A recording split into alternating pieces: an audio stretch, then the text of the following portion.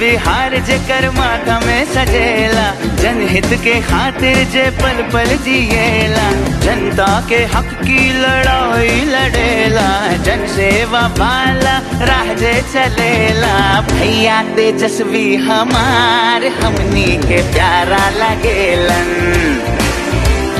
सुख दुख में जनता के साथ सबसे आगे चलेलन।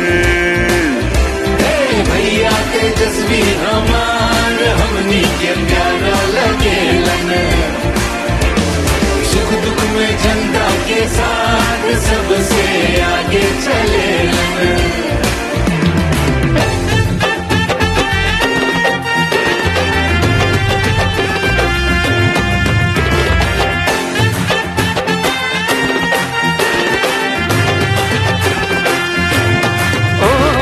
मजदूर गरीब के परवाह करेलन, मजदूर गरीब के, हाँ, मजदूर गरीब के परवाह करेलन, बहनन की इज्जत की रक्षा करेलन, रोज रोजगार के चिंता करेलन, गौरव बिहार के आगे रखेलन। भैया तेजस्वी हमार हमनी के प्यारा लगेलन,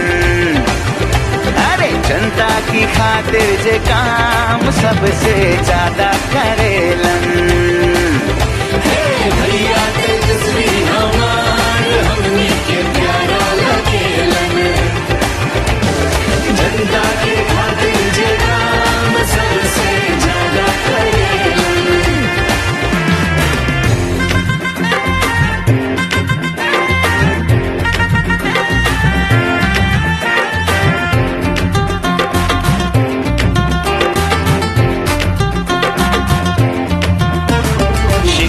दवाई कमाई की खातिर, रोटी रोजगार अब दिलावे के खातिर, प्रेम और अमन भाईचारा के खातिर, बेहतर बिहार के बनावे के खातिर। भैया अरे भैया, अरे भैया तेजस्वी हमार हमनी के प्यारा लगेलन,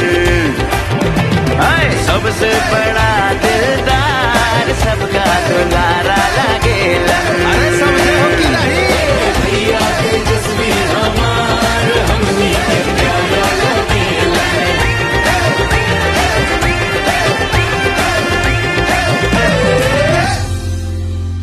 राष्ट्रीय जनता दल को वोट दें, इस बार तेजस्वी भव बिहार।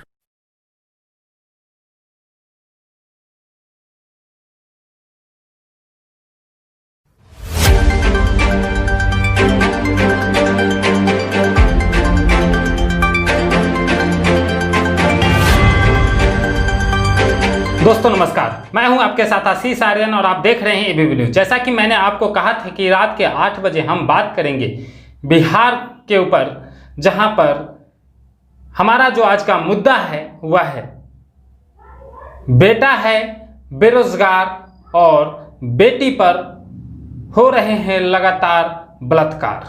तो यह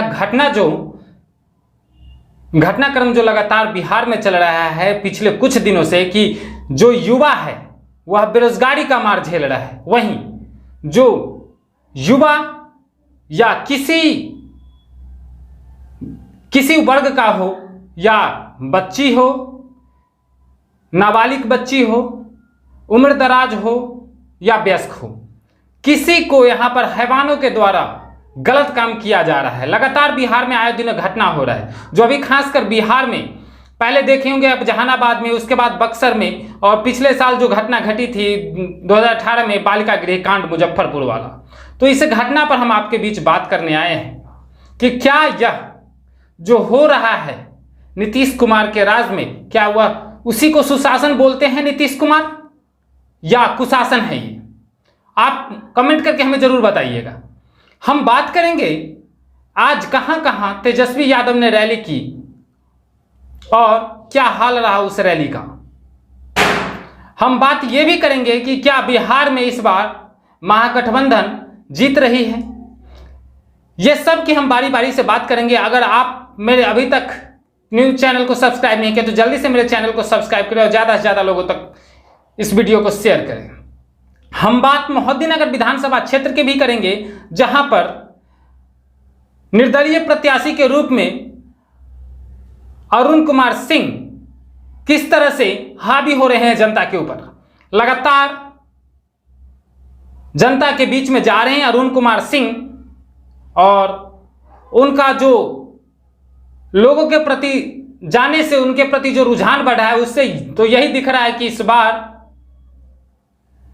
मोहद्दीनगर विधानसभा क्षेत्र में पहली बार चुनाव लड़ रहे हैं अरुण कुमार सिंह का असर काफी ज्यादा देखने को मिलेगा। अभी कहना मुश्किल है कि वह जीत पाएंगे या नहीं जीत पाएंगे, लेकिन अभी तक का जो उनका छाप है मोहद्दीनगर विधानसभा क्षेत्र में, वो काफी अच्छा दिख रहा है। आने वाले 2-4-5 दिनों में यह क्लियर हो जाएगा कि उनकी परिस्थिति किस प्रकार रहेगी मोहद्दीनगर विधानसभा क्षेत्र में। लेकिन अभी जो खास करके जो उनका आकलन जो चल रहा है वह है कि उनका काफी अच्छा पकड़ माना जाता है, क्योंकि वह बोछा पंचायत से आते हैं। बोछा पंचायत की आबादी लगभग 7,000 के आसपास है। तो और ऐसे भी उनके बारे में कहा जाता है कि वो समाज से भी पुरुष हैं, तो उनका और ज्यादा अपने क्षेत्र पर वर्चस्व बढ़ जाता है। तो इस कारण से उनका वर्चस्व ज्यादा है। अब देखना है, दिलचस्प होगा कि क्या मोहद्दीनगर की जनता उन्हें वोट कर पाती है या नहीं कर पाती है। चलिए पहले बात कर लेते हैं, जो हमारा टाइटल था, बेटा है बेरोजगार, बेटी पर हो रहे हैं अत्याचार, हो रहे हैं बलात्कार। तो पिछले दिनों जब घटना घटी थी बक्सर का और जहानाबाद का, इस सब घटना कैसे नाबालिग के साथ यह घटना लगातार पिछले महीने दरभंगा में एक SC ST यानी कि बैकवर्ड कास्ट की जाति के लड़की को जो नाबालिग थी 14-15 वर्ष की, उसके साथ आए दिन यह घटना हो रही है। अभी जो लगातार आपका घटना देख रहे तुल पकड़ता हुआ नजर आ रहा था यूपी का, फिर आप देखिए MP का, राजस्थान का, छत्तीसगढ़ का, महाराष्ट्र का, लगातार आए दिनों महिला पर ही अत्याचार हो रहा है। तो इसको लेकर सरकार क्यों सजग नहीं हो रही है? और खासकर हम बात करेंगे बिहार की, उससे पहले जो एक टेप बाहर आया है, रिकॉर्डिंग जो बाहर आया था हाथरस कांड की, उसे आप सुन लीजिए, उसके बाद हम बात करेंगे बिहार की। ये बताओ कि वो जो महिला थी जिसको भाभी बता रहे थे, वो कौन है? भाभी है ना तुम्हारी? नहीं देखो, घूंघट वाली जो है, आपको मालूम है वो मेरी बहन है। घूंघट हाँ वो बहन है। बहन तुम्हारी बहन है, संदीप की बीवी है ना? सत्येंद्र या नहीं, सत्येंद्र की बीवी है, मेरी बहन है। संदीप की भाभी है, मनीषा की भी भाभी है, ठीक है। हाँ, और जो एक राजकुमारी नाम से जो डॉक्टर आई थी, डॉक्टर तो वो डॉक्टर है, पर वो हमारे थोड़े दूर के रिश्ते में है। वो जबलपुर से आई थी, उनके बारे में सवाल उठा रहे हैं, उन्हें भी मतलब घोषित कर रहे हैं कि ऐसे ऐसे वो यहाँ की नहीं है। हाँ, उसके बारे में बहुत सारी चीजें चल रही है कि नक्सली महिला है और वहाँ पर रह रही थी। मेरी जिससे बात हुई वो तो भाभी थी जो घूंघट में थी, जिन्होंने सूट गिफ्ट की, जो मुझे सूट दिखा रही थी, गुड़िया को जो दे रही थी, है ना? वो तो भाभी है, सची भाभी है ना उसकी? हाँ, वो भाभी है, मेरी बहन है वो। हाँ, तुम्हारी बहन है। तो ये सब क्या चल रहा है प्रीति? ये सब क्या बताऊँ मैं? क्या लेकिन वो महिला कौन है जिसके बारे में ये लोग बात कर रहे हैं? तुम्हारी जबलपुर से डॉक्टर है, मम्मी बुरमार दिवस डॉक्टर है वो। अच्छा। हमारी उसके हैं, जात बिरादरी की हैं। अच्छा, और मतलब उन्होंने जब टीवी पे सभी लोग देख रहे हैं, हमारे ऐसे बहुत से रिश्तेदार हैं जो नहीं आ पा रहे हैं यहाँ पे। तो उनसे अच्छा नहीं लगा, तो उसने मतलब अपने पति से बोला, तो जो हस्बैंड है ना उनसे बोला कि आप बेटे को देखो, और मैं जा रही हूँ। आज छुट्टी ली है उसने अपनी कि मैं जाती हूँ उस घर में, देख के आती हूँ क्या घटना घटी है वहाँ पे, क्या हुआ है। टीवी पे तो गलत भी दिखा रहे हैं। तो उसको क्या किसी ने कह दिया था कि ये भाभी है गुड़िया की? नहीं, उसे भाभी नहीं बोला है, भाभी तो वही है जो आपने देखा है। तो ये भाभी कहाँ से, मतलब क्यों उठा रहे हैं बार बार भाभी? क्योंकि भाभी से तो मेरी बात हुई है गुड़िया की, और वो उन्होंने मुझे बकायदा पूरी कहानी बताई। उन्होंने उनके साथ बचपन से रहती थी, पाला है, पोसा है। हाँ, भाभी नहीं है वो। मैंने बोला ना, जैसे हमारी भाभी है ना, तो भाभी हमारी भोपाल की है। हाँ, ठीक है। हमारी भाभी भोपाल की है, वो मतलब MP की है। तो हम जानती हूँ भोपाल की है तुम्हारी भाभी ना। हाँ, वो हमारे मतलब और भी रिश्तेदार, हर जगह हमारे रिश्तेदार हैं, जबलपुर से लेके हीना बबीना जो भी हैं, जहाँ तक है सारे रिश्तेदार हैं हमारे। तो बस उन्हीं में से वो भी बेचारी आ गई, नहीं देख के आ गया। वो खाली उन्हीं को दिखा रहे हैं बार बार कि ये भाभी नहीं है, ये घूंघट वाली कोई और है। चलिए अब बात करते हैं, जैसा कि आपने टेप देख लिया, सुन लिया, तो आपके ऊपर हम छोड़ देते हैं कि आप खुद इससे डिसाइड कीजिए कि क्या हाथरस कांड में जो हुआ वह सरासर गलत हुआ उस परिवार के साथ। कैसे इनको सरकार के द्वारा पक्षपात करके उन्हें ही फंसाने का काम किया जा रहा है। हम यूपी नहीं जाते हुए हम बिहार पर आते हैं और बिहार में लगातार जो बेटा बेरोजगार और बेटी पर हो रहा है अत्याचार और खासकर शिकार हो रही, हम उन महिलाओं से पूछना चाहते हैं जो बड़े बड़े न्यूज चैनल जो आते हैं उस पर कहते हैं कि नीतीश कुमार के राज में हम रात के 8 बजे के बाद घूम सकते हैं आसानी से। क्या यही घूम सकते हैं कि नाबालिग बच्चियों का और यहां तक कि उम्र का भी लिहाज नहीं करते वो हैवान जो यह घटना को अंजाम देते हैं? ऐसे आप 8 बजे रात के बाद घूम सकते हैं या सिर्फ उनकी वोट बैंक की राजनीति के लिए आप ऐसा बोल रहे हैं? अगर आपको लगता है कि तेजस्वी यादव यानी कि महागठबंधन का जो मुख्यमंत्री का उम्मीदवार है, नीतीश कुमार जब मुख्यमंत्री बने थे तो क्या उन्हें अनुभव था? 7 दिन का अनुभव उसे आप अनुभव कहते हैं? तो क्यों नहीं तेजस्वी यादव को मुख्यमंत्री बनाया जाए? क्यों नहीं एक युवा को ही मुख्यमंत्री बनाया जाए? युवा है, जैसा कि मोदी जी भी कहते हैं कि युवा में वो शक्ति है जो देश को बदल सकता है। तो क्या बिहार के युवा में वो शक्ति नहीं है कि जो देश को बदल सकता है, जो बिहार राज्य को बदल सकता है? क्यों हम उस पुरुष के पास जाएं जो नाम के आगे सिर्फ सुशासन लगाते हैं, बाद बाकी उनका सारा काम कुशासन की तरफ होता है? जैसा कि लगातार तेजस्वी यादव आरोप लगाते आ रहे हैं कि अभी तक बिहार में 60 घोटाले किए गए हैं नीतीश कुमार के द्वारा, और नीतीश कुमार और उनके जो सहयोगी दल है वो कहते हैं कि उन पर कोई घोटाला नहीं है। वही बीजेपी है जो 2015 में घोटालों का अंबार लगा दिया था, यहां तक कह दिया था कि डीएनए में दोष है नीतीश कुमार को और बिहारी को।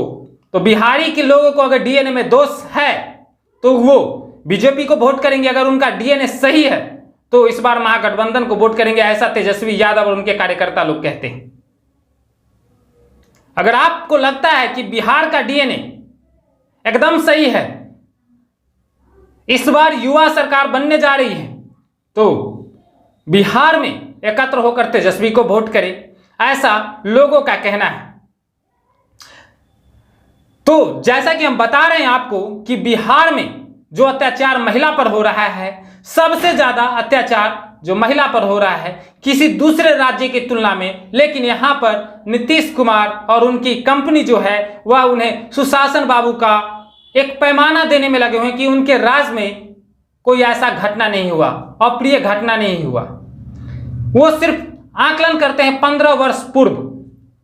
अगर 15 वर्ष पूर्व ही एक पैमाना लिया जाए तो उसका सिर्फ यह पैमाना नहीं कि उस समय क्या घटना होती थी, सिर्फ बिहार ही एक पैमाना नहीं होगा।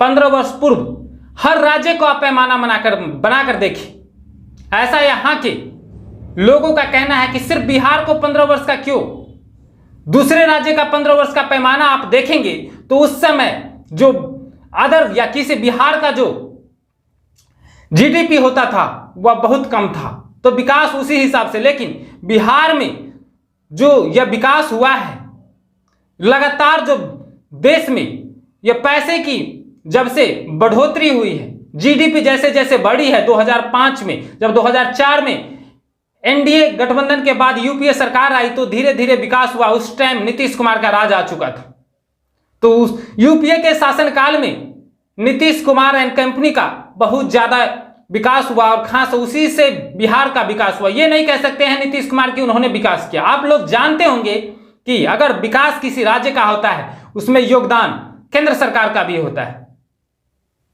जो बात करते हैं नीतीश कुमार 2015 के चुनाव में लगातार विशेष राज्य के दर्जा का मांग जो कर रहे थे, जैसे ही बीजेपी के साथ गए विशेष राज्य दर्जा मांग करना ही भूल गए।